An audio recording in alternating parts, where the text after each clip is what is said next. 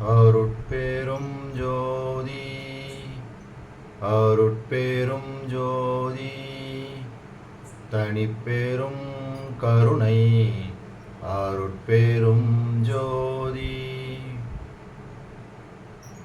எல்லாம் செயல்கூடும் என் ஆணை அம்பலத்தே எல்லாம் வல்லான் தனையே ஏத்து.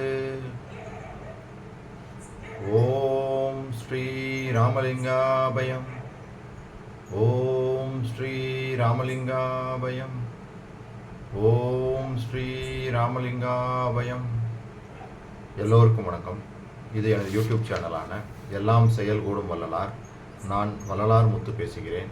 இன்றைய பதிவில் நாம் பிள்ளை சிறு விண்ணப்பம் என்ற தலைப்பின் கீழ் வரும் 8வது பாடலுக்கான விளக்கத்தை பார்க்க இருக்கின்றோம். முதலில் நான் பாடல் வரிகளை படிக்கிறேன், பின்பு விளக்கத்தை பார்ப்போம்.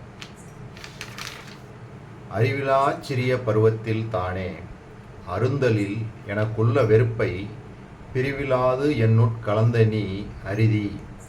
இன்று நான் பேசுவது என்னே செறிவிலா கடையேன் எனினும் அடியேன் திருவருள் அமுதமே விளைந்தேன். எரிவிலா சுவை வேறொன்றினும் விளைவோர் எத்துணையேனும் என்றெந்தாய்.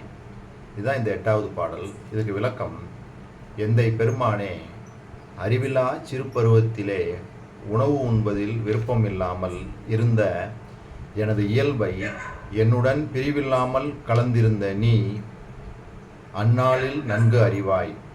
இந்நாளில் நான் அதனை எடுத்துரைப்பதில் பயன் யாது? அடக்க பண்பில்லாத கீழ்மையுடையவனானாயினும் நினது திருவருள் அமுதத்தையே உண்ண விளைந்தேன். வெறுத்து ஒதுக்க முடியாத சுவைகள் வேறு எவற்றிலும் ஓர் எல்லளவும் விருப்பம் எனக்கு இல்லை அப்படின்னு தான் இந்த 8வது பாடலை இயற்றியிருக்காங்க.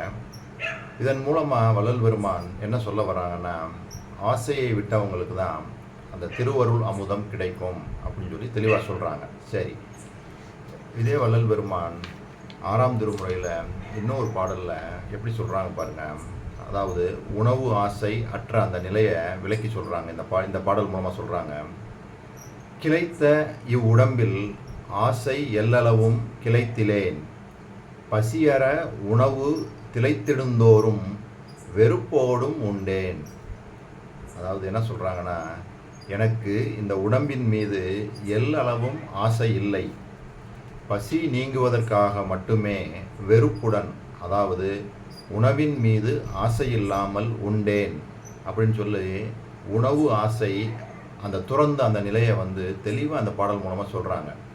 இப்போ நம்மளுடைய இன்றைய நிலைப்பாடு எப்படி இருக்குது? நம்மெல்லாம் அறுசுவை உணவை விரும்பி அதை தேடி அலைந்து எங்கே கிடைச்சாலும் அங்கே போய் சாப்பிடணும் அப்படின்ற நிலைப்பாட்டோடு நம்ம இப்போ வாழ்ந்துக்கிட்டு இருக்கோம். ஆனால் வள்ளல் பெருமான் என்ன சொல்கிறாங்க, அந்த உணவுகளை எல்லாம் இந்த பசிப்பிணியை நீக்கக்கூடிய அந்த மருந்தாக தான் அவங்க சாப்பிட்ருக்காங்க. இந்த பசின்னு ஒன்று வருதே, அதுக்காக தான் சாப்பிட்றாங்க. எந்த ஒரு காலத்துலேயும் அவர் அந்த சுவைக்கு அடிமை ஆகலை. அதுவும் இல்லாமல் ஒரு வெறுப்போடு தான் உணவை உண்டேன் அப்படின்னு எந்த அளவுக்கு அந்த உணவு மேலே வெறுப்பை காமிக்கிறாங்க பாருங்கள். இந்த நிலை தான் நம்மளுக்கும் வரணும். ஆனால் நம்மளுக்கு இன்றைய நம்ம வாழ்வியலில் நம்ம எப்படி இருக்கிறோம்? அறுசுவைக்கு அடிமையாகி இருக்கிறோம். அந்த சுவைக்கு அடிமை ஆகக்கூடாது அப்படின்னு தான் இந்த பாடல்கள் மூலமாக வள்ளல் பெருமான் சொல்கிறாங்க. அதே சமயத்தில் வள்ளல் பெருமான் சொல்லக்கூடிய இந்த நெறியின் மூலமாக அவர் சொல்கிறது, எல்லா உயிர்களையும் நமது உயிர் மாதிரி, எல்லா உயிர்களையும் தன் உயிர் மாதிரி நினச்சி அதுக்கு ஜீவகாருண்யம் பண்ணணும். அதன் மூலமாக தான் நம்ம இறைவனை அடைய முடியும்னு சொல்லி தெளிவாக சொல்கிறாங்க. எல்லா உயிரையும் தன் உயிர் போல் ஒப்பு நோக்குபவர்கள் எவர்களோ அவர்கள்தான் அந்த கடவுள் நிலையை அடைய முடியும் அப்படின்றத தெளிவாகவே சொல்லிட்டு வராங்க எல்லா இடத்துலையும். சரி, இப்போ இப்படி சொன்னவங்க அடுத்து நம்ம இந்த பாடலில் பாருங்கள் எப்படி சொல்கிறாங்க பாருங்கள். சிற்சபை விளக்கம் அப்படின்ற தலைப்பில் வரக்கூடிய இந்த பாடல்: சோறு வேண்டினும் துகில் அணி முதலாம் சுகங்கள் வேண்டினும் சுகமலால் சுகமாம் வேறு வேண்டினும் நினை அடைந்தன்றி மேவனாதெனும் மேலவர் உரைக்கே மாறு வேண்டிலேன் நிற்கின்றேன் வல்லலே உன்றன் மனக்குறிப்பு அறியேன். சாறு வேண்டிய பொழில் வடல் அரசே சத்திய சபை தனிப்பெரும்பதியே அப்படின்னு இங்கே சொல்கிறாங்க. இப்படி சொன்னவங்க அருள் அற்புதமே அப்படின்ற தலைப்பில் எப்படி சொல்கிறாங்கன்னா, அற்புதம் அற்புதமே அருள் அற்புதம் அற்புதமே, சிற்பதம் பொற்பதம் சீரே சிறந்தது, சித்தாடுகின்ற திருநாள் பிறந்தது, கற்பத நெஞ்ச கரிசு துறந்தது, கற்ற பொய் நூல்கள் கணத்தே மறந்தது, செத்தார் எழுகின்ற திருநாள் அடுத்தது, சிவநெறி ஒன்றே எங்கும் தலை எடுத்தது, இத்தாரணி முதல் வானும் உடுத்தது, இரவா வரம்தான் எனக்கு கொடுத்தது, சத்திய ஞான சபை என்னுள் கண்டனன், சன்மார்க்க சித்தியை நான் பெற்று கொண்டனன், நித்திய ஞான நிறை அமுது உண்டனன், நிந்தை உலகியர் சந்தையை வெண்டனன். எவ்வளோ அருமையாக சொல்கிறாங்க பாருங்கள். அவருக்கு எதன் மேலேயும் இச்சை இல்லை. நிந்தை உலகியர் சந்தையை வெண்டனன், நித்திய ஞான நிறை அமுது உண்டனன். இங்கே இந்த பாடலையும் எப்படி சொல்கிறாங்க, திருவருள் அமுதமே விளைந்தேன். அதாவது உனது அமுதத்தை, நீ கொடுக்கக்கூடிய அந்த திருவருள் அமுதத்தை உண்ணுவதற்கு தான் என் மனசு ரொம்ப ஆசைப்படுது. வேறு எந்த ஒரு சுவையின் மேலும் எனக்கு சிறிதும் விருப்பம் இல்லை. உணவின் மேலெல்லாம் ஒரு வெறுப்போடு தான் நான் சாப்பிட்டுக்கிட்டு இருக்கேன் அப்படின்ற மாதிரி தான் இந்த பாடல்கள்லாம் சொல்கிறாங்க. இங்கேயும் பாருங்கள், சத்திய ஞான சபை என்னுள் கண்டனன், சன்மார்க்க சித்தியை நான் பெற்றுக்கொண்டனன், நித்திய ஞான நிறை அமுது உண்டனன், நிந்தை உலகிய சந்தையை வெண்டனன். இப்படின்னு சொன்னவங்க இந்த ஆடிய பாதத்தில் என்ன சொல்கிறாங்க பாருங்கள்.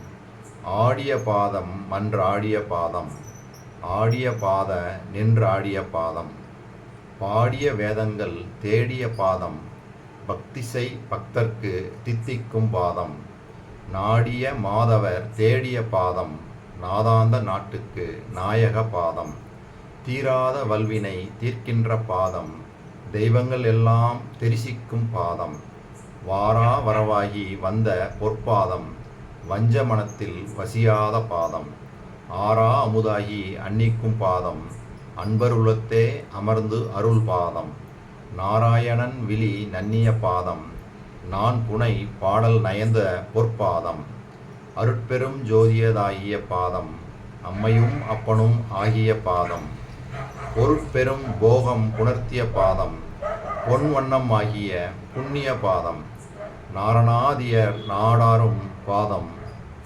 நாரணாதியர் நாடரும் பாதம், நான் தலத்தார் பெற்ற நற்துணை பாதம், ஆரண ஆகமம் போற்றிய பாதம், ஆசை விட்டார்க்கே அனிமையாம் பாதம்.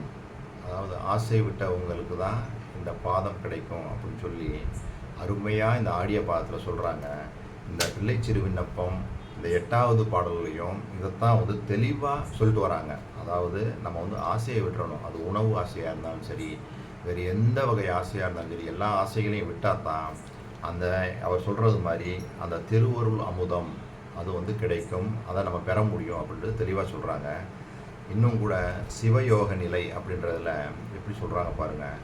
மதிமண்டலத்து அமுதம் வாயார உண்டே, பதிமண்டலத்து அரசு பண்ண நிதி நவ நேயமாக்கும் நடராசனே, என் சிவனே கதவை திற, இந்தார் அருளமுதம் யானருந்தல் வேண்டும் இங்கே, நந்தா மணிவிளக்கே ஞானசபை என் தாயே கோவே, எனது குருவே, என்னை ஆண்ட தேவே கதவை திற, சாகா அருளமுதம் தான் அருத்தி நான் கழிக்க, நாகாதிபர் சூழ் நடராசா ஏகா பவனே பரனே பராபரனே, எங்கள் சிவனே கதவை திற, அருளோங்கு தன்னமுதம் அன்பால் அருந்தி மருள் நீங்கி நான் கழித்து வாழ, பொருளாம் தவனேயர் போற்றும் தயாநிதியே, எங்கள் சிவனே கதவை திற, வானோர்க்கு அரிதனவே மாமறைகள் சாற்றுகின்ற ஞானோதய அமுதம் நான் அருந்த, ஆனா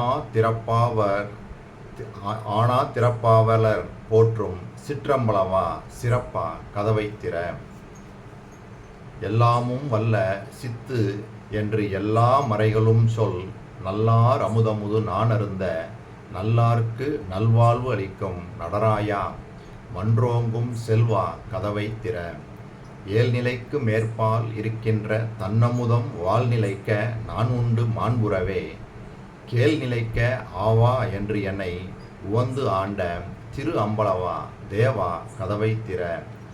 ஈன உலகத்து இடர் நீங்கி இன்புறவே ஞான அமுதமுது நான் அருந்த ஞான உருவே உணர்வே ஒளியே வெளியே திருவே கதவை திற. திரையோதசத்தே திகழ்கின்ற என்றே வரையோது தன்னமுதம் வாய்ப்ப உரையோது வானே எம்மானே பெம்மானே மணிமன்றில் தேனே கதவை திற. ஜோதிமலை மேல் வீட்டில் தூய திரு அமுதம் மேதினி மேல் நான் உண்ண வேண்டினேன். ஓதரிய ஏகா அநேகா எழிற்பொதுவில் வாழ் ஞான தேகா கதவை திற. எப்படி அருமையான பாட்டு பாருங்க. ஜோதிமலை மேல் வீட்டில் தூய திரு அமுதம் மேதினி மேல் நான் உண்ண வேண்டினேன். ஓதரிய ஏகா அநேகா எழிற்பொதுவில் வாழ் ஞான தேகா கதவை திற. இந்த பாடலையும் என்ன கேட்குறாங்க? செறிவிலா கடையேன் எண்ணினும் அடியேன் திருவருள் அமுதமே விளைந்தேன். எரிவிலா சுவை வேறு எவற்றினும் விளைவோர் எத்துணையேனும் இன்றெந்தாய் அப்படின்னு தான் இந்த பாடலையும் சொல்கிறாங்க. அதாவது திருவருள் அமுதத்தையே உண்ண விளைந்தேன். வெறுத்து ஒதுக்க முடியாத சுவைகள் வேறு எவற்றிலும் ஓர் எல்லளவும் விருப்பம் எனக்கு இல்லை அப்படி தான் சொல்கிறாங்க. இப்போ நான் பாடிய பாடல்களும் அதே மாதிரி தான் பாடியிருக்காங்க. அதாவது எதுலேயுமே ஆசை இல்லை. உணவுலேருந்து எந்த ஒரு விஷயத்துலையுமே ஆசை இல்லாமல் அந்த இறைவனுடைய அருள் அமுதத்தை பெற்றுக்கொள்ள வேண்டும் அப்படின்ற அந்த உந்துதல், அந்த ஆசை, அந்த ஆர்வம் தான் அவருக்கு இருந்தது அப்படின்னு இந்த பாடல்கள் மூலமாக தெரியுது. இதுவரை நான் சொன்ன இந்த விஷயங்கள் எல்லாம் உங்களுக்கு புரிஞ்சிருக்கும்னு நினைக்கிறேன். இதுவரை பொறுமை காத்து எனது வீடியோவை பார்த்த உங்களுக்கு கோடான கோடி நமஸ்காரங்களும் நன்றிகளும். மீண்டும் நாம் நாளைய பதிவில் 9வது பாடலுக்கான விளக்கத்தை பார்ப்போம். அருட்பெரும் ஜோதி அருட்பெரும் ஜோதி தனிப்பெரும் கருணை அருட்பெரும் ஜோதி.